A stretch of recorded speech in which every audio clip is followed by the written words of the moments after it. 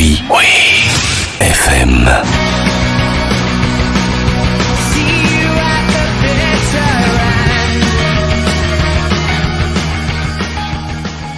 Placebo, c'est un nom, un groupe qui nous suit depuis un paquet d'années. Une musique qui est pour bon nombre d'entre nous la bande-son de notre adolescence, de la fameuse période collège et lycée, avec Without You I'm Nothing, Black Market Music, Sleeping with Ghost ou encore Battle for the Sun. Placebo aura marqué les années 90 et aussi les années 2000. Aujourd'hui, après plus de 25 ans de carrière, Brian Molko et Stefan Osdal sont toujours aux commandes et ils ont voulu nous faire plaisir à nous, les fans, en se faisant plaisir avant tout en studio, en composant Never Let Me Go, un album émotionnel dans lequel ils ont voulu montrer un avis critique de la société d'aujourd'hui.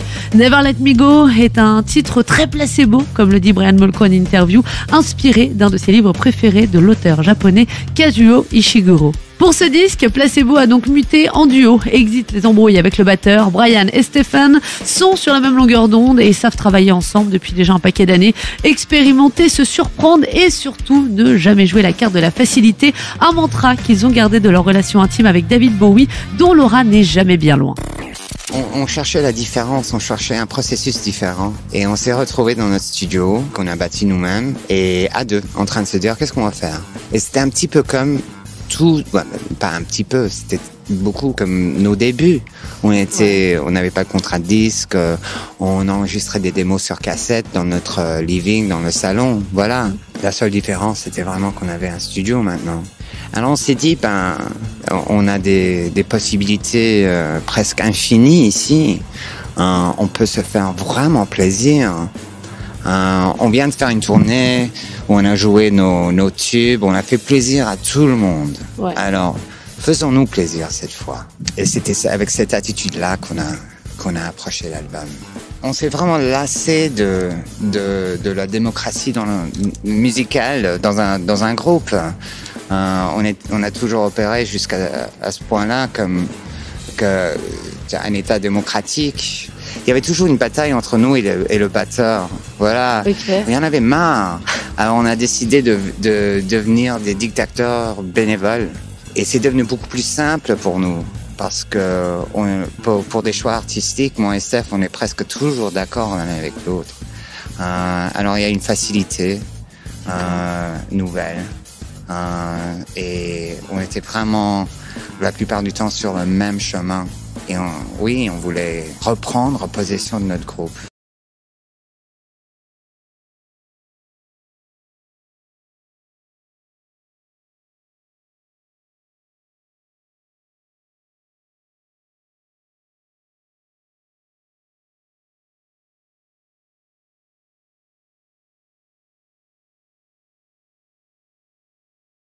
J'avais peur que j'allais m'emmerder après 27 ans de création si on restait avec notre méthodologie classique. J'avais peur que ça devienne répétitif pour moi et j'avais peur que j'allais m'en lasser. Alors j'ai décidé d'essentiellement de faire tout à l'envers. Alors la dernière décision créative qu'on prend quand on a fait un album, c'est choisir la couverture. Alors j'ai commencé avec la couverture. Je me suis pointé au studio avec cette photo. J'ai dit à Steph, tu kiffes cette photo? Il a dit, ouais, elle est cool. Ça serait une bonne couve, hein, tu penses? Oui, ok, c'est la couve. Et puis j'avais une liste de titres de chansons.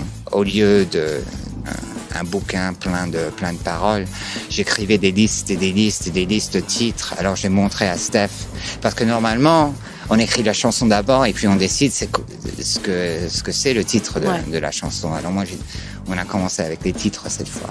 C'était tout ça pour casser le confort.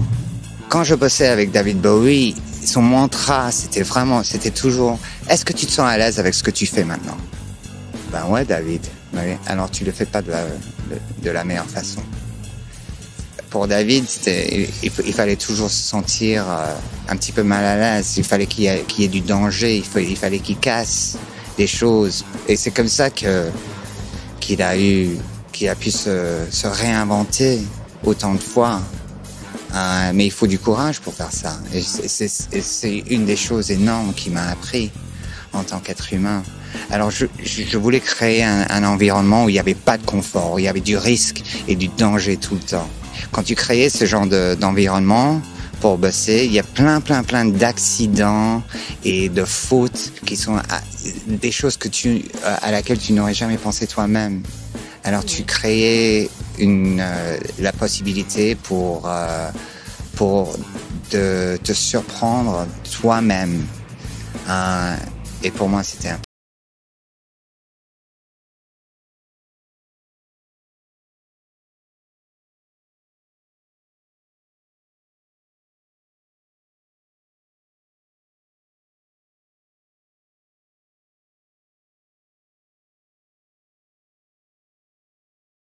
avec ce Never Let Me Go, où finalement les guitares sont un peu relayées au second plan pour laisser place au synthé et au clavier. Une vraie prise de risque complètement assumée. Il y a beaucoup plus de mystère pour nous avec les synthés qu'il y a avec les guitares. Parce que ça fait 25-27 ans qu'on utilise vraiment, qu'on met les guitares en avant. Alors il y a beaucoup moins de mystère. Et nous, on a envie d'apprendre, de faire des bêtises, de trouver des choses nouvelles, des instruments nouveaux, de les utiliser de la mauvaise façon pour créer des choses, des sons surprenants. Ouais. C'est excitant pour nous parce qu'on n'a pas la connaissance. Alors on découvre encore.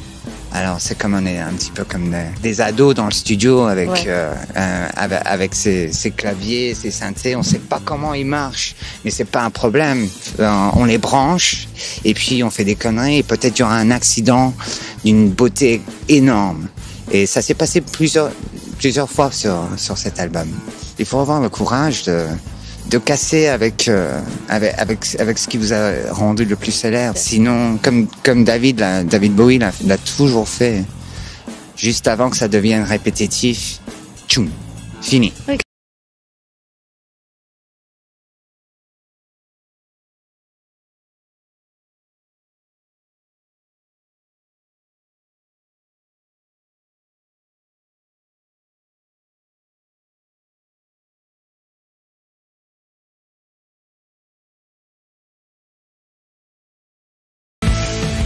Quand j'étais jeune, dans les années 80, Van Halen, c'était un groupe qui était un groupe de rock très connu aux États-Unis, mais pas vraiment connu dans le reste du monde.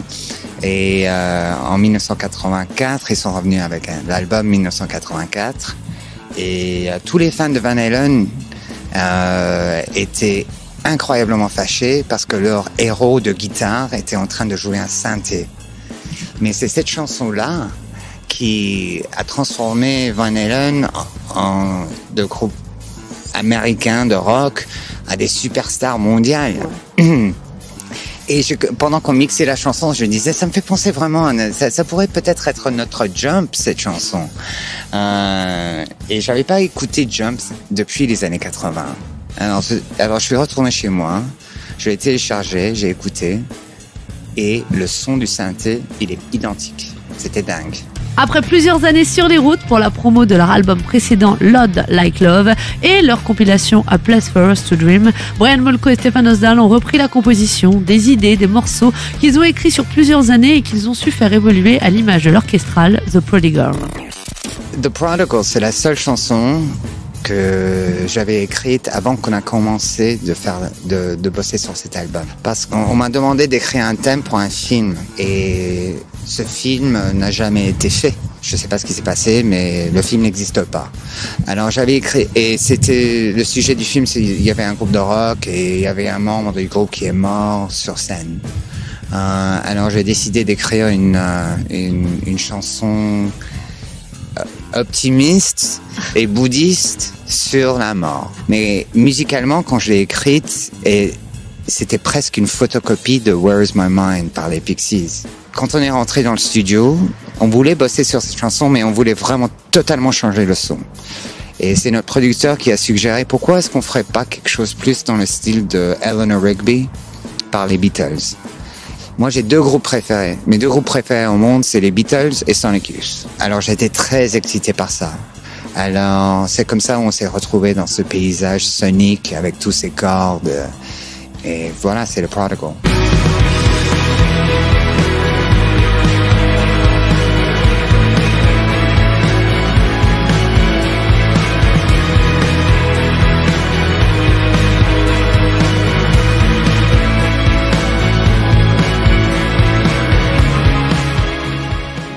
Never Let Me Go est une sorte de journal d'émotions condensé en 13 titres, des compositions dans lesquelles Brian Molko parle de lui, de ses ressentis et de sa vision du monde. Mais est-ce que la musique peut encore faire changer les mentalités ? Je suis pas sûr parce que après les années 60, la musique n'a pas changé le monde dans les années 70 non plus. Ouais. Alors j'en suis pas convaincu. C'est une chose cathartique pour moi.